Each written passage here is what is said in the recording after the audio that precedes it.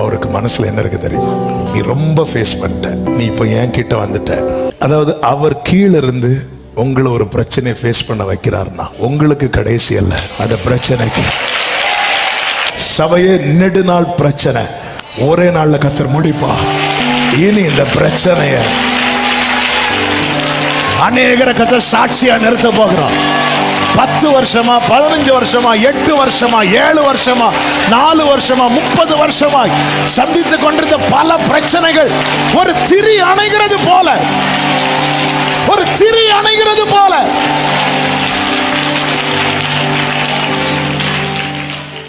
ஆண்டவர் யுத்தம் பண்ணி இறங்கிட்டார்னா இரதங்கள் எல்லாம் புறப்பட பண்ணி ஒரு திரி அணைகிறது போல அதை அணைச்சு போடணும் அவருக்கு. நம்ம ஒண்ணு முடிக்கல, இன்னொன்னு ஃபேஸ் பண்றதுக்கு வந்து நிக்கிறோம். ஆண்டு சொல்லு வேண்டாம், சுத்த சொல்லு, நீ சுத்து. நீ முடிச்சியா? நீ முடிச்சியா? இல்ல நீ சுத்து. கர்த்தர் நம்மளை சுத்த விடுறாருனாலே சில பிரச்சனையை கர்த்தர் முடிக்க போகிறார் அர்த்தம். அதனாலதான் பாருங்க, பேதுருவை கூப்பிட்டார்ல. பேதுரு எப்போ கூப்பிட்டார்? அவனுக்கு ஒரு பிரச்சனையை சால்வ் பண்ணிட்டு தான் கூப்பிட்டார்.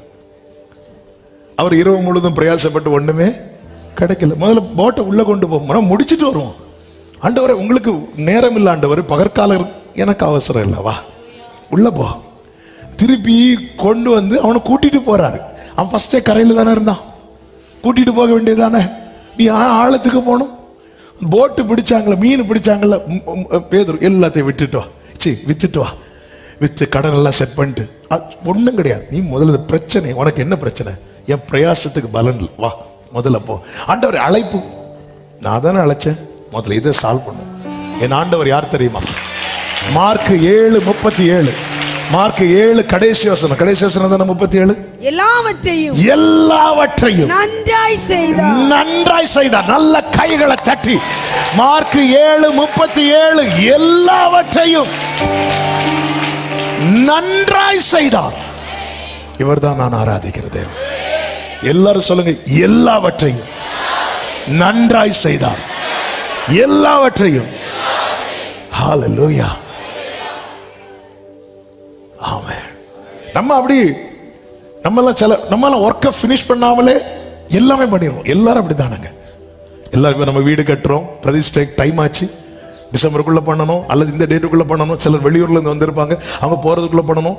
அப்படி இப்படின்னு பண்ணி எடுத்துட்டு ஒரு மேக்கப் பண்ணிட்டு உள்ள வருவோம் இல்ல. அதுக்கப்புறம் நிறைய வேலை, எல்லா வேலையும் அப்படிதான், எல்லாமே அப்படிதான். ஆனா ஆண்டவர் அப்படி கிடையாது. அவர் எல்லாவற்றையும் ஆண்டவர் டைம், எனக்கு அவசரம் இல்லை, நீ ஆழத்துக்கு போ. எதுக்கு ஆழத்துக்கு கூட்டிட்டு போகணும்? அவன் அழைப்புக்கும் அதுக்கும் சம்பந்தம் இல்லையே. நீ போ ஆழத்துக்கு. ஏன்? உனக்கு ஒரு பிரச்சனை இருக்கு பேதுருவே, அதை டீல் பண்ணிட்டு தான் நான் உனக்கு கூட்டிட்டு வருவேன். ஆமென். தேவனால் அழைக்கப்பட்டவன், ஹல்லேலூயா, அவன் ஒன்றை தோற்றதுனால அவரிடத்தில் வந்தவனா இருக்கக்கூடாது. நான் அதை அடிக்கடி சொல்லுவேன் வெக்கத்தோடு. எனக்கெல்லாம் நான்லாம் என் அரியர்லாம் கேட்டு உங்களுக்கு அரியர் வந்துடாம, ஹல்லேலூயா. ஆனா ஆண்டவர் பாருங்க, என்ன ஊழியத்துக்கு அழைக்கிறதுக்கு முன்னாடி அவ்வளோத்தையும் கிளியர் பண்ணி பாஸ் பண்ண வச்சு சர்டிபிகேட்டை கையில வாங்க வச்சு, இனி வா சால்வ் பண்ணிட்டு வருவா. நீ வா, நம்ம போவோம். என்ன ஆண்டவர்? வேண்டாம், இந்த பக்கமே வேண்டாம் ஆண்டவரே. இயேசுவின் பின்னே போக துணிந்தேன், கொஞ்சம் வெயிட் பண்ணு, அங்க ஒரு பிரச்சனை இருக்கு, அதை டீல் பண்ணிட்டு வரும், வா. ஆமென். ஆண்டவர் பார்த்தார். இப்போ ஆண்டவர் மட்டும் இவங்க கிட்ட ஒரு ஐடியா கேட்டிருந்தானு, பார்வோன வர சொல்லட்டுமா? கேட்டிருந்தா எனக்கு தெரியும், கேட்க மாட்டார். பார்வோன வர சொல்லட்டுமா? சொல்லல. ஏன்னா ஆனா அவரை பொறுத்த வரைக்கும் அவருக்கு மனசுல என்ன இருக்கு தெரியுமா? நீ ரொம்ப ஃபேஸ் பண்ணிட்ட, நீ இப்போ என் கிட்ட வந்துட்ட, நீ இந்த எகிப்தியனை பார்க்க கூடாது. இனி இந்த பிரச்சனைய அநேகரை கர்த்தர் சாட்சியா நிறுத்த போகிறான். 10 வருஷமா, 15 வருஷமா, 8 வருஷமா, 7 வருஷமா, 4 வருஷமா, 30 வருஷமாய் சந்தித்துக் கொண்டிருந்த பல பிரச்சனைகள் ஒரு திரி அணைகிறது போல, ஒரு திரி அணைகிறது போல.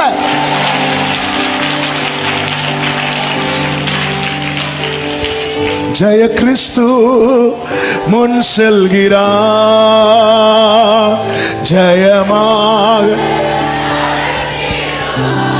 ரமம்ரே ஜெய கீதம்.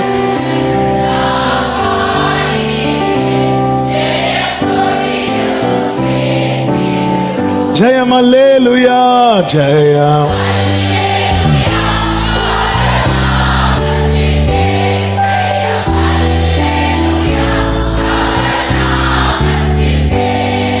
ஈஸியா இன்னொரு வே ஓபன் ஆகி ஜம்ப் பண்ணி ஒரு பிரச்சனையிலிருந்து வெளியே போலாம் நம்ம நினைச்சிட்டு இருக்கிறோம். ஆனா ஆண்டவருடைய பிளான் என்னன்னா, இந்த பிரச்சனையை முடிச்சிட்டு வா.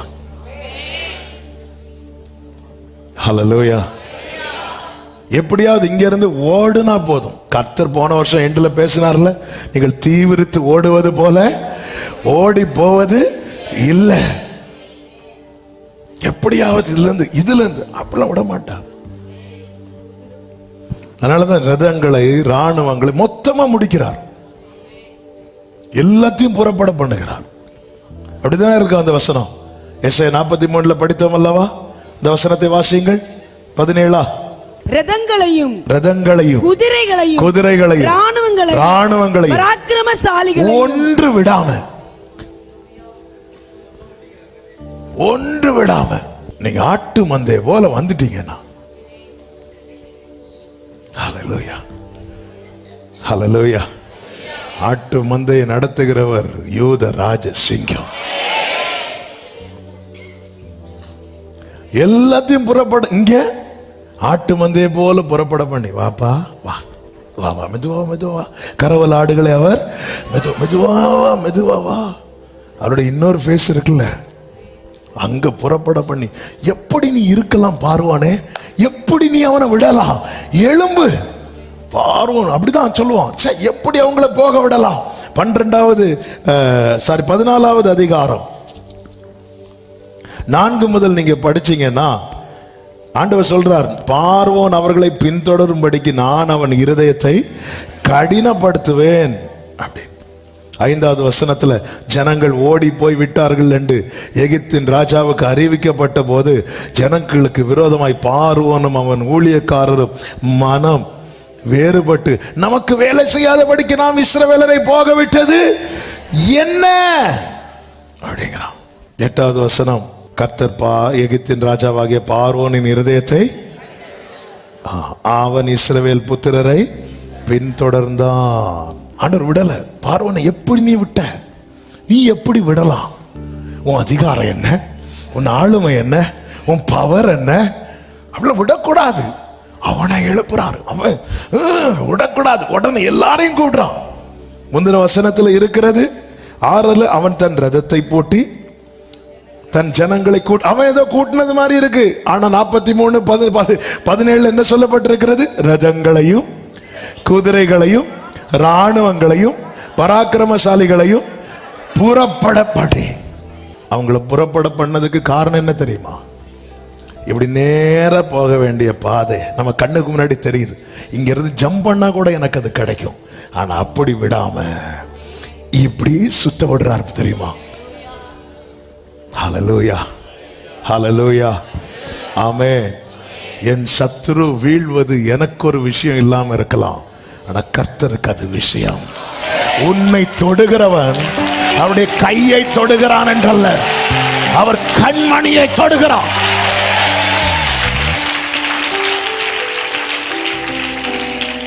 அதனாலதான் தாவீது என்னைக்காவது சவுல சுவரோடு அடிக்க பார்த்திருப்பானா? இல்ல.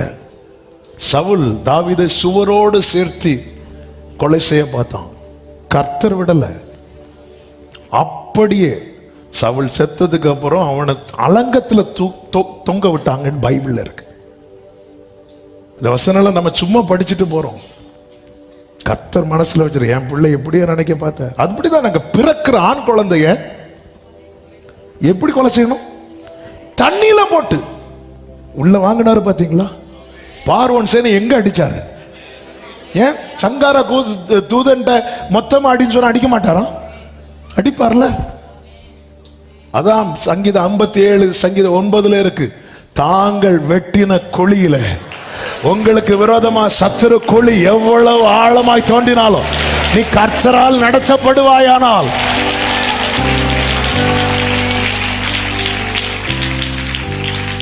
ஹல்லேலூயா. இப்பொழுது இஸ்ரவேலர்கள் எங்க இருக்கிறாங்க தெரியுமா? மேகத்துக்கு கீழே இருக்கிறாங்க. இப்ப இஸ்ரவேலருக்கு சொல்லப்படுகிற வார்த்தை என்ன? யாத்திராகமம் 14:12 வாசியுங்கள். 13. அப்பொழுது மோசே ஜனங்களை நோக்கி, பயப்படாதிருங்கள், நீங்கள் நின்று கொண்டு இன்றைக்கு கர்த்தர் உங்களுக்கு செய்யும் ரட்சிப்பை பாருங்கள். இன்றைக்கு நீங்கள் காண்கிற எகிப்தியரை இனி என்றைக்கும் காண மாட்டீர்கள். ஒரு நிமிஷம், ரெண்டாவது கை தட்டலாம். இந்த இஸ்ரவேலர் எகிப்தியரை இன்னைக்கா பாக்குறாங்க. ஆனா ஏன் இன்னைக்கு ஸ்பெஷலா சொல்லி இருக்கு? இன்னைக்கு நேத்து வரை எகிப்தியனை நீ மட்டும் பார்த்த, இன்னைக்கு நீ பார்க்க மேக ஸ்தம்பத்திலிருந்து அவரும் பார்க்கிறான். உன் பிரச்சனைய நீ அவரும் சேர்ந்து பார்க்கிற தெரியுமா? அன்னைக்கு பிரச்சனைக்கு லாஸ்ட் டே. நல்ல கைகளை தட்டி ஆமென் சொல்லுங்க.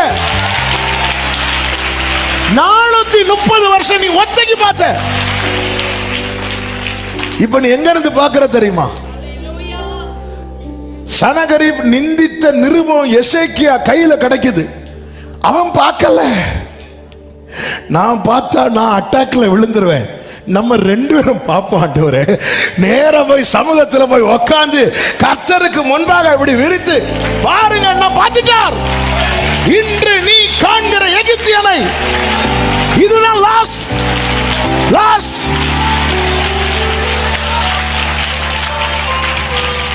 பல பிரச்சனையை சிங்கிளா ஹேண்டில் பண்ணிட்டு இருக்கிறோம். இப்ப நீ மேகத்துக்கு கீழே நீயும் பாரு, மேகத்துக்கு மேல வேதம் சொல்ல கர்த்தர் பார்த்தார்னு ஒரு வசனம் இருக்கும். 14வது அதிகாரம் 24வது வசனம். கிழக்கு வெளுத்து வரும் ஜாமத்தில் கர்த்தர் அக்கினி மேகமான ஸ்தம்பத்தில் இருந்து எகிப்தியரின் சேனையை பார்த்து.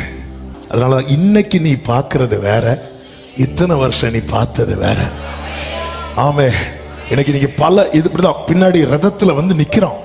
நெஞ்சு படபடான்னு அடிக்குது. என்ன நெருங்கிருவானோ நெருங்கணும். எங்க அவன் கோட்டைக்குள்ள நீ இருந்த உன்னை தொட விடல ஆண்டவர். உன் தீபத்தை அணைய விடல ஆண்டவர்.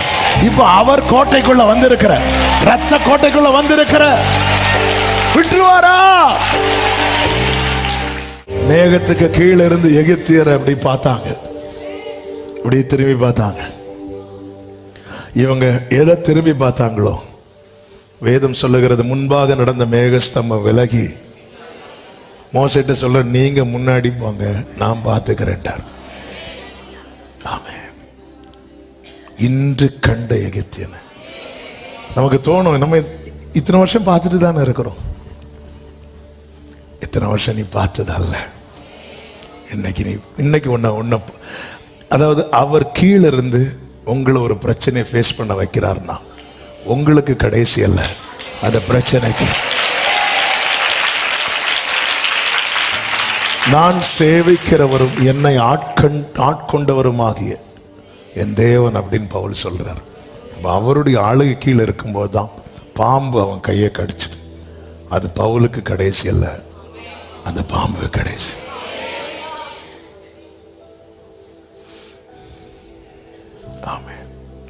இன்றைக்கு நீங்கள் கண்ட இந்த எகிப்தியனை காண வச்சது யாரு? கர்த்தர். இனி அன்றைக்கு பார்த்துக்கோ, கடைசியா பார்த்துக்கோ. பக்கத்துல பார்த்து சொல்லுங்க, கடைசியா பார்த்துருங்கன்னா. யார? உங்களே இல்ல. ஹல்லேலூயா. அப்பா கீழே இருக்கும்போது சில பிரச்சனை. அதனாலதான் பர்த்திமேயு அந்த துணியை எல்லாம் பார்த்துக்கோங்க. இனி என் மேல இந்த குருடனுக்குரிய வஸ்திரம், இந்த வழியருக உட்கார்ந்து பிச்சை கேட்கிறவனுடைய வஸ்திரம் இனி என் மேல.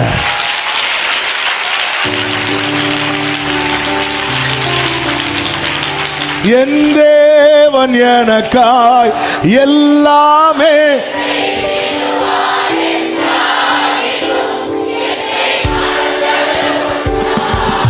என் தேவன் எனக்கா சபகரலபதடரப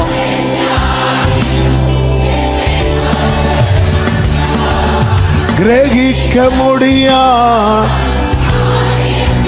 சர்வஞானியே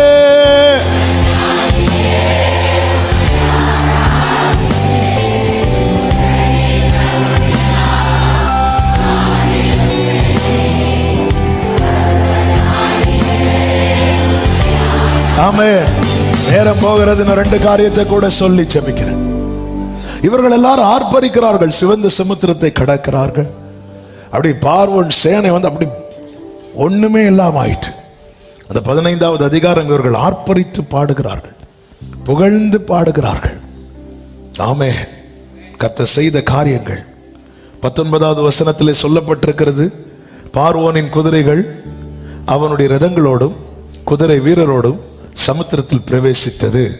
கர்த்தர் சமுத்திரத்தின் ஜலத்தை அவர்கள் மேல் திரும்ப பண்ணினார். இஸ்ரவேல் புத்திரரோ சமுத்திரத்தின் நடுவே வெட்டாந்தரையில் நடந்து போனார்கள் என்று பாடினார்கள். ஆரோனின் சகோதரியாகிய மிரியாம் என்னும் தீர்க்கதரிசியானவளும் தன் கையிலே தம்புரை எடுத்துக்கொண்டாள். சகல ஸ்திரீகளும் தம்புர்களோடும் நடனத்தோடும் அவளுக்கு பின்னாக புறப்பட்டு போனார்கள். மிரியாம் பாடினாங்க, கர்த்தரை பாடுங்கள், அவர் மகிமையாய் வெற்றி சிறந்தார், குதிரையும் குதிரை வீரனையும் கடலிலே தள்ளினார் அப்படின்னு பாடிட்டு இருக்கிறாங்க. ஆராதிப்பதோடு நிறுத்தி விடாதிருங்கள், ஆயத்தப்பட்டு புறப்படுங்கள். நம்ம எல்லாம் ஒரு காரியத்தை பார்த்துட்டு அப்படி நல்ல வர்ஷிப் பண்ணிட்டு போய் உட்காந்துரும். அடுத்த வசனத்தில் சொல்லப்பட்டிருக்கிறது, பின்பு மோசே இஸ்ரவேல் ஜனங்களை சிவந்த சமுத்திரத்திலிருந்து பிரயாணப்படுத்தினான்னு. என்ன அர்த்தம்? கிளம்பு. இவங்களுக்கு என்னன்னா, உட்கார்ந்திருந்து அந்த ரதம் மிதக்கிறது, குதிரை செத்து மிதக்கிறது, பார்வோன் மிதக்கிறதெல்லாம் பார்த்து பார்த்து பாடணும். சத்துரு உங்க முன்னாடி விழ வைக்கும் போது சத்துருவை பார்த்து சிரிக்கிறதுக்கு இல்லை, போயிட்டே இரு. ஆமென். நேர அடுத்து எங்க கொண்டு போறாரு தெரியுமா? சூர் வனாந்திரத்துக்கு. சூர் வனாந்திரத்துல தண்ணீர் இல்ல. இப்பதானே ஆராதிச்சோம். அநேகருடைய புலம்பல் இங்கதான் இருக்கு. நான் நல்லா வர்ஷிப் பண்ணிட்டு தான் நான் வந்தேன். ஆனா அடுத்த 3 நாள் நான் ரொம்ப சஃபர் ஆகுறேன். பிரச்சனை, அடுத்த பிரச்சனை இப்பதான் ஸ்டார்ட் ஆகுது. அது என்ன? ஆண்டவர் கொண்டு இந்த பக்கம் சிவந்த சமுத்திரம், அங்க வந்து தண்ணீர் தான் இருந்துச்சு. மதிலு கூட தண்ணீரை வச்சுதான் கட்டி வச்சிருந்தார். ஆனா அடுத்து சூர் வனாந்தரத்துல தண்ணீரே இல்லை. சில டைம் ஆண்டவர் நடத்துறது வந்து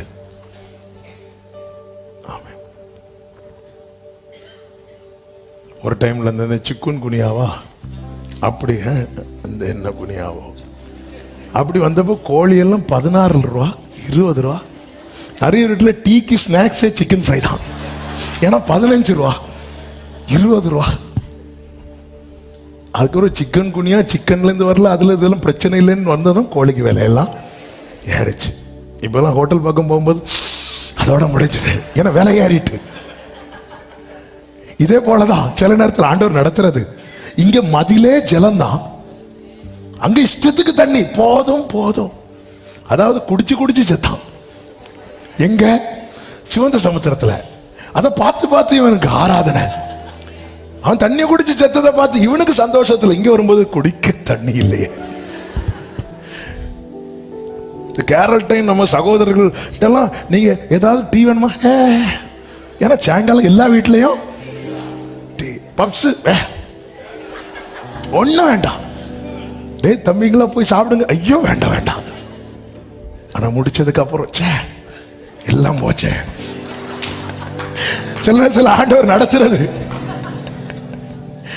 இப்படி ஒரு சிச்சுவேஷன்ல கர்த்தர் கொண்டு வந்து நிறுத்துறாருன்னா புரிஞ்சுக்கோங்க. பிரச்சனை முடியலன்னு பார்க்காதீங்க, பயணம் முடியல. பயணம் முடியல. நீ பண்ண வேண்டிய பிரயாணம் வெகு தூரம். இதான் உண்மை. இதான் பயணம் முடியல. அக்கினி இறக்கியாச்சு. கர்த்தரே தெய்வம் கர்த்தரே தெய்வம் ஆராதிச்சாங்க. மழையும் பெஞ்சாச்சு. போய் உட்கார்ந்தா பிரச்சனை ஸ்டார்ட் ஆகுது. அடுத்து ஏசபேல் சொல்றா, எலியா நினைச்சிருப்பார் இயேசபேல் கூட்டு விருந்து வைப்பான்னு. அவன் விருந்து ஒன்னதான் கறியா போட போறேன். அவர் பார்த்தார், ஓடி போனார். ஐயோ இது நமக்கு வேலைக்காவது, நான் இவ்வளோ பெரிய ஒரு வர்ஷிப்பை நடத்திட்டு என்னைக்கெல்லாம் நான் ஆராதிக்க சில பாருங்க. அதான் ஒரு சகோதரர் வந்து ஒரு ஆக்சிடென்ட் ஆயிட்டு, அவர் வந்து முந்தி நான் வந்து ஸ்கூல் படிக்கும்போது அவரை வந்து வழியில் பார்த்து, அண்ணே என்னாச்சு, நான் ஆக்சிடென்ட் ஆச்சு. இப்போ தம்பி என்னைக்கு இல்லாமல் அன்னைக்கு தான் நான் ஜோம் பண்ணிட்டு பைக் எடுத்தேன், எனக்கு ஆக்சிடென்ட் ஆச்சு. ஆனால் நான் ஒரு தீர்மானம் பண்ணிட்டேன், ஏன்னா பைக் ஓட்ட மாட்டேன். இல்லை இல்லை இனி ஜெபமே. நான் என்னைக்கெல்லாம் சொல்லுவாங்க, நான் என்னைக்கெல்லாம் ஆராதிச்சுட்டு வரணும் அன்னைக்கெல்லாம் வீட்டில் பிரச்சனை. இவங்க பெரிய வருஷமா முடிச்சுட்டு வராங்க, 3 நாள் தண்ணி கூட கிடைக்கல.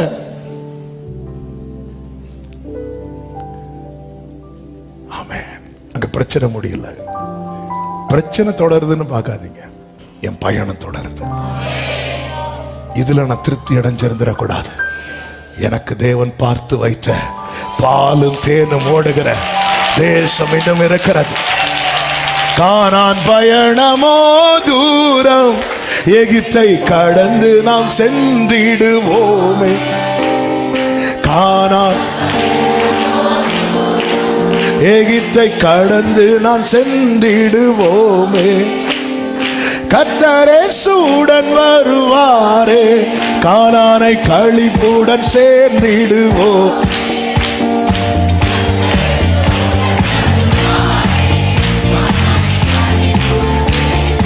ஆமே. பயணம் முடி, பக்கத்துல பார்த்து சொல்லுங்க, பயணம் முடியல, பயணம் முடியல, பயணம் தொடரும், பயணம் தொடரும். அப்படியே செய்தி தொடரும் போட்டு முடிக்கிறதுக்கும் தோணுது. டைம் ஆச்சுன்னு ஒரு பாயிண்ட் நான் சொல்லிட்டு அப்படியே ஜெபம் பண்ண போறோம். இவங்க நேர அப்ப இதுக்கு முன்னாடி தண்ணி பார்த்தாங்க, குடிச்சு குடிச்சு செத்தாங்க. இப்போ 3 நாள் தண்ணி இல்லை, ஆண்டவர் விடுறாரு. ஏன்னா நம்ம மனசுல சில காரியத்தை உணர்த்துக்கிறோம், இது இல்லை. ரகோபத்தை பார்த்ததும் ஈசாக்கு திருப்தி அடைந்து இருக்கல, அவன் பேர்சபாவுக்கு புறப்பட்டான். நமக்கான நன்மையெல்லாம் நம்ம அடையணுங்கிறது நம்முடைய போக்கஸா இருக்கு. ஆனா கர்த்தருடைய போக்கஸ் எப்படி தெரியுமா? நமக்கான பாதையை நம்ம ஓடி முடிக்கணுங்கிறது அவருடைய போக்கஸ். அவன் பயணம் முடியல. எனக்கு வேண்டியதெல்லாம் கிடைச்சிடணும். ஆண்டவரே, இன்னைக்கு நான் கிராஸ் பண்ண வேண்டியதை நான் கிராஸ் பண்ணிருக்கணும். அதனால நடக்க பண்ணினா. இப்ப நேரம் எங்க வராங்க அப்படின்னா, மாராவுக்கு வராங்க. அவர்கள் மாராவில் வந்த போது மாராவின் தண்ணீர் கசப்பா இருந்ததினால் அதை குடிக்க அவர்களுக்கு மனம் இல்லாது இருந்ததுன்னு பைபிள்ல இல்ல, கூடாது இருந்ததுன்னா அவங்க எவ்வளவோ முயற்சி பண்ணி பார்க்கறாங்க. ஒரு ஆள் டேஸ்ட் பண்ணி பார்த்தா கசப்புனாங்க, உன்னை இன்னொரு ஆள் போய் எங்க தள்ளு நான் பார்ப்போம். ஏன்னா எல்லாருக்கும் என்ன இருக்கு தெரியுமா? சிலருக்கு வந்து இன்னொரு ஆள் சொன்னாலும் கேட்க மாட்டாங்க, அவங்க அதை டேஸ்ட் பண்ணி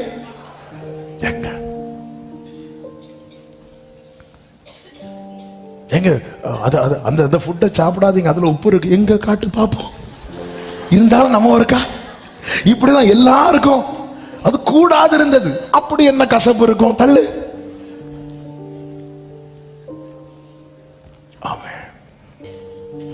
இந்த தண்ணியில கசப்பு எப்போ வந்துச்சு?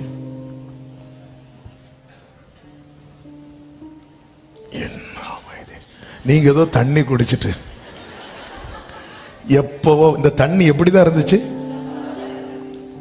இந்த தண்ணி எத்தனை பேர் டேஸ்ட் பண்ணிருப்பாங்க இதுக்கு முன்னாடி? நிறைய பேர் தெரியாது. பறவைகள் வந்து டேஸ்ட் பண்ணிட்டு போயிருக்கும், மிருகங்கள் டேஸ்ட் பண்ணிட்டு போயிருக்கும், இது இந்த பாதையில் நடக்கிறவங்க டேஸ்ட் பண்ணிட்டு போயிருப்பாங்க. ஆனா கர்த்தர் தம்முடைய ஜனத்தை கொண்டு வந்து அதை ஏன் டேஸ்ட் பண்ண வச்சாரு தெரியுமா? இனி வேற யார் அதை டேஸ்ட் பண்ணாலும் அது மதுரமா மாறாது. ஆனா நீ டேஸ்ட் பண்ண.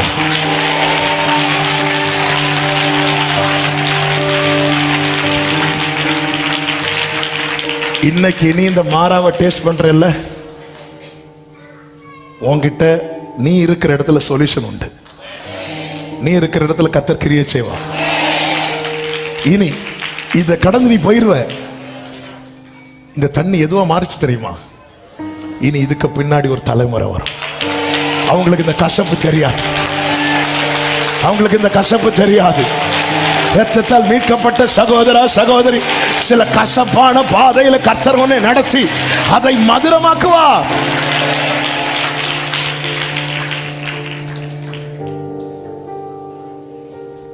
ஹல்லேலூயா. ஜனங்கள்லாம் மோசைக்கு விரோதமாய் முறுமுறுத்தார்கள். ஏன் மோசைக்கு விரோதமாய் முறுமுறுத்தாங்க? சொல்லுங்க, டக்குன்னு சொல்லுங்க. அவர் வசனத்தை முன்னாடி படிச்சு காட்டினேன். மோசே தான் ஜனங்களை என்ன படுத்துகிறான்? சில நம்ம வீட்டில் சில காரியத்துக்கு நம்ம தான் இனிஷியேட்டிவ் எடுப்போம், சில ஸ்டெப் நம்ம தான் எடுப்போம். நம்ம எடுத்து கொஞ்சம் ஏதாவது இதே மாதிரி டவுன் ஆச்சுன்னு வைங்களேன், நம்மளை பொறிச்சு இவன் தானே யார் இந்த ஐடியா கொடுத்தது, ஆனா சக்சஸ் ஆச்சுன்னா எல்லாரும் சேர்ந்து கொண்டாடுவாங்க. ஆனா ஏதாவது ஒண்ணு, இந்த ஐடியா யார் இது பண்ணது, இதுதாங்க உலகம். இதான் உலகம். எல்லாரும் அதாவது சிவந்த சமுத்திரத்தை கடந்து ஜெயித்ததும் 14 கடைசியில் சொல்லப்பட்டிருக்கிறது. அப்பொழுது ஜனங்கள் கர்த்தருக்கு பயந்து கர்த்தரிடத்திலும் அவருடைய ஊழியக்காரனாகிய மோசையினிடத்திலும் விசுவாசம் வைத்தார்கள். நம்பவே கூடாது இந்த மக்களை. நீங்க சூப்பர்னு சொல்றவங்களை சுத்தி இருந்து நம்பவே கூடாது. இப்ப பாருங்க, மோசே பிரயாணப்படுத்துறான். கிளம்பு கிளம்பு கிளம்பு, டைம் ஆச்சு போகணும். மோசே சொல்லிட்டார் கிளம்பு கிளம்பு கிளம்பு. இங்க வந்து தண்ணி டேஸ்ட் பார்த்தது எங்க அந்த மோசே, இந்த கையில எங்க அந்த ஆளு மோசைக்கு வருது. ஆனா அவங்க எல்லாம் மோசைக்கு வரதை முறுமுறுத்த போது 25 சொல்லப்பட்டிருக்கிறது, மோசே கர்த்தரை நோக்கி, ஏன்னா மோசைக்கு தெரியும் இது நான் தெரிந்தெடுத்த பாதை அல்ல, கர்த்தர் நியமித்த பாதை. கர்த்தர் நியமித்த பாதையில ஒரு மாறா இருக்கணும். இந்த இடத்துல ஆண்டவர் என்ன சொல்லியிருக்கலாம் தெரியுமா? மோசே கொஞ்சம் ஜனங்களை, இப்போ நம்ம ஒரு இடத்துக்கு போறோம், டிராவல் பண்ண போறோம், போகும்போது நம்ம பிள்ளைங்க வந்து பசிக்குன்னு கத்தும். நம்ம ஏதாவது ஹோட்டல் இருக்கான்னு பார்த்து போய் சில ஹோட்டலில் நிறுத்துவோம். அங்கே பார்த்தா அங்கே சாப்பாடே இருக்காது, கம்மிங் சூன் போட்டிருக்கோம். ஏன்னா ஹோட்டல் அடுத்த மாதம் தான் ஓப்பனே ஆகும். ஆனால் பில்டிங் கட்டி சாப்பாடு ரெடின்னு வேற போர்டும் இருக்கும். அது அந்த பிள்ளை நம்ம இந்த இடத்துல சாப்பிட்றலான்னு வரும்போது இல்லை, ஹோட்டல் போட்டு ஹோட்டல் திறக்கலை அல்லது சாப்பாடு தீர்ந்துட்டும் போது, அதாவது நம்ம வந்து இந்த பசியை ரொம்ப அடக்குவோம். இந்த ஹோட்டல் கிட்ட வந்தோன்னா அந்த பசி வந்து ரிலீஸ் ஆகும், குடல்லாம் ஆட்டோமேட்டிக்காக விரியும். அந்த நேரத்தில் உடனே சில இன்னும் 1 hour தான் இருக்கு, இன்னும் 1/2 hour நம்ம வந்து நம்ம மைண்டு இந்த டைமுக்கு ஏற்ற மாதிரி செட் பண்ணிடுறோம். அப்போ உடனே நம்ம எப்படி சால்வ் பண்ணுவோம்? இன்னும் கொஞ்சம் பொறுத்துக்குவாங்க, இன்னொரு 5 கிலோமீட்டர் போச்சுன்னா இன்னொரு ஹோட்டல் இருக்கு, அங்கே சூப்பராக இருக்கும், உனக்கு என்ன வேணாலும் வாங்கி தரேன். ஆண்டவர் இப்படி சால்வ் பண்ணியிருக்கலாம். கொஞ்சம் பொறுத்துக்கப்பா, இந்த தண்ணி இப்படி தான் இருக்கும், நீ கொஞ்சம் பொறுத்துட்டேன்னு அடுத்த ஒரு ஏலிமை வச்சிருக்கிறேன், நீ அங்கே வந்துடு. அவர் இப்படி சொல்லலை. ஏன்? சிவந்த சமுத்திரத்தில் ஜெயித்த நீ மாறாவில் தோத்துட்டா வரணும், அங்க ஜெயிச்சுட்டு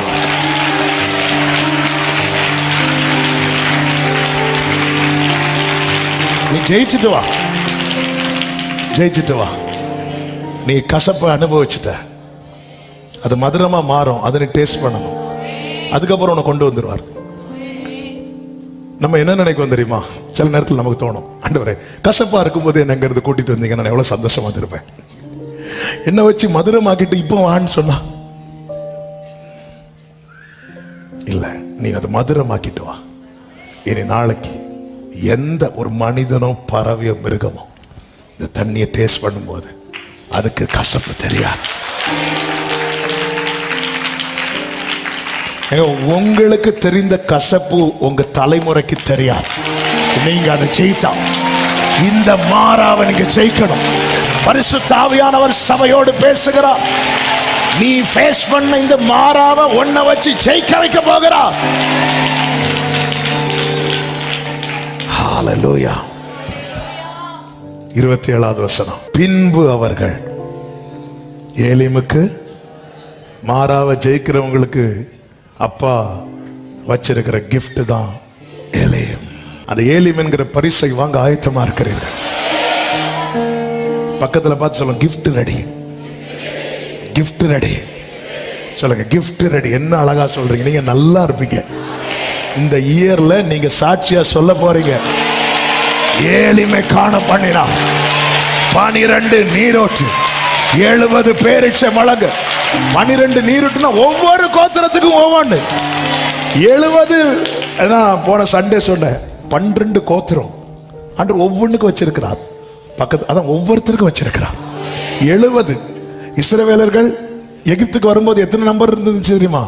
70. அத ஒவ்வொருத்தருக்கும் ஒவ்வொருத்தருக்கும் ஆண்டவரே அவங்களுக்கு சண்டை போட வேண்டாம். அவன் அவனுக்குரிய பங்கு. ஹல்லேலூயா. சோ அதனால எல்லாரையும் பிளஸ் பண்ணுங்க. பக்கத்துல பார்த்து சொல்லுங்க, ஏலிம் ரெடியா இருக்கு, மாறாவ ஜெயித்துருங்க, மாறாவ ஜெயித்துருங்க. ஹல்லேலூயா. இவர் தான் நம்மில் அன்பு கூறுகிறவர். இப்ப தெரியுதா ஏன் டேஸ்ட் பண்ண வச்சாருன்னு, ஏன் சுத்தம் பண்ணினார்னு? நம்ம ஒவ்வொன்னையும் ஜெயித்து ஜெயித்து ஜெயித்து ஜெயித்து ஜெயித்து வந்து இந்த கானான்ல கால் எடுத்து வைக்கணும். கர்த்தர் அப்படியே உங்களை நடப்பிப்பாராக. கர்த்தர் உங்களை ஆசீர்வதிப்பாராக. சபையே நெடுநாள் பிரச்சனை ஒரே நாள்ல கர்த்தர் முடிப்பார். ஹல்லேலூயா, ஹல்லேலூயா, ஆமென். தேவா நானே தினால் விசேஷித்தவன், ராஜா நான் அதை தினம் யோசிப்பவன். தேவா நானே தினால் விசேஷித்தவன், ராஜா நான் அதை தினம் யோசிப்பவர். எதினால் இது எதினால் எதினால்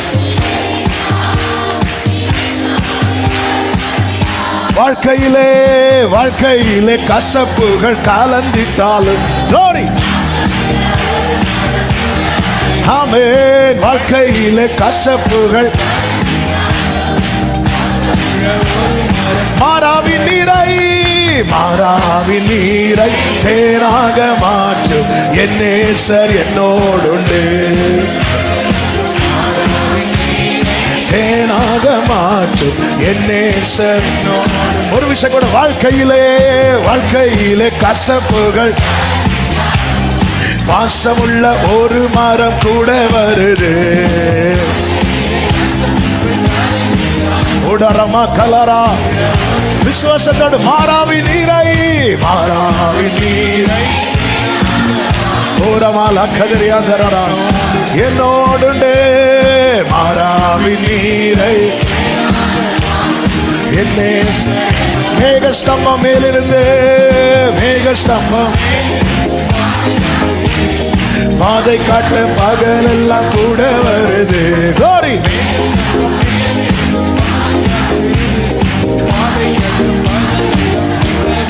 ஆமென். அன்பான தேவன் என்னோடு வருவான், அது போதும் என் வாழ்விலே.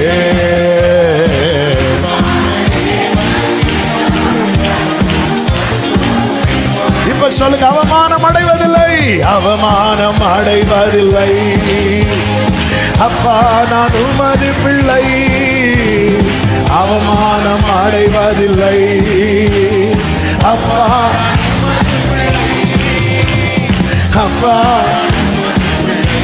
ஒரு நாளும் அவமானம் அடைவதில்லை. அப்பா ஒரு நாளும் நல்ல கைகளை தட்டி தேவனுக்கு மகிமை முழு பலத்தோடு. யுத்தத்தில் வல்லவர் கர்த்தர் என்பது அவருடைய நாமம். நெடுநாள் பிரச்சனையை ஒரு திரி அணைவது போல அணைத்து போட்டு முற்றிலும் ஜெயம் தர போகிற தேவனுக்கு ஸ்தோத்திரம்.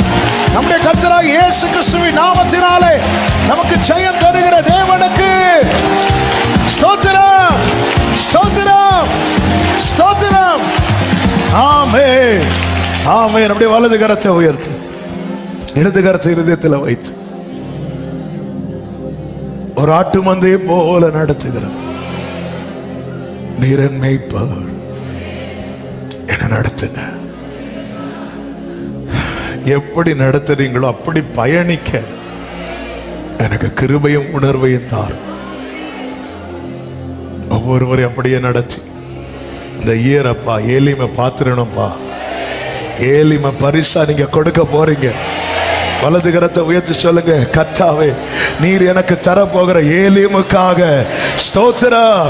நீர் எனக்கு தரப்போகிற ஏலிமுக்காக ஸ்தோத்திரம். நீர் எனக்கு தரப்போகிற ஏலிமுக்காக அப்படியே ஆசீர்வதிக்கிறேன். கிருபையாய் நடத்தும், கண்மணி போல காத்துக்கொள்ளும், சாட்சியாய் கொண்டு வரும். எல்லா மகிமை கனம் துதி ஸ்தோத்திரங்கள் ஒருவருக்கே செலுத்துகிறோம் இரட்சகர் இயேசு கிறிஸ்துவின் நாமத்தில் பிதாவே, ஆமென். சேர்ந்து சொல்லுவோம், என் ஆத்துமாவே கர்த்தரை ஸ்தோத்திரி, முழு உள்ளமே அவருடைய பரிசுத்த நாமத்தை ஸ்தோத்திரி. என் ஆத்துமாவே கர்த்தரை ஸ்தோத்திரி, கர்த்தர் செய்த சகல உபகாரங்களை மறவாதே. ஆமென். நம்முடைய கர்த்தராகிய இயேசு கிறிஸ்துவின் கிருபையும் பிதாவாகிய தேவனுடைய அன்பும் பரிசுத்த ஆவியானவருடைய ஐக்கியமும் சிநேகமும் பாதுகாவலும் நம் அனைவரோடும் எல்லா பரிசுத்தவான்களோடு கூட கர்த்தருடைய வருகை மட்டும் தங்கியிருப்பதாக. ஆமென். ஹல்லேலூயா. God bless you. கர்த்தர் உங்களை ஆசீர்வதிப்பாராக. ஆமென்.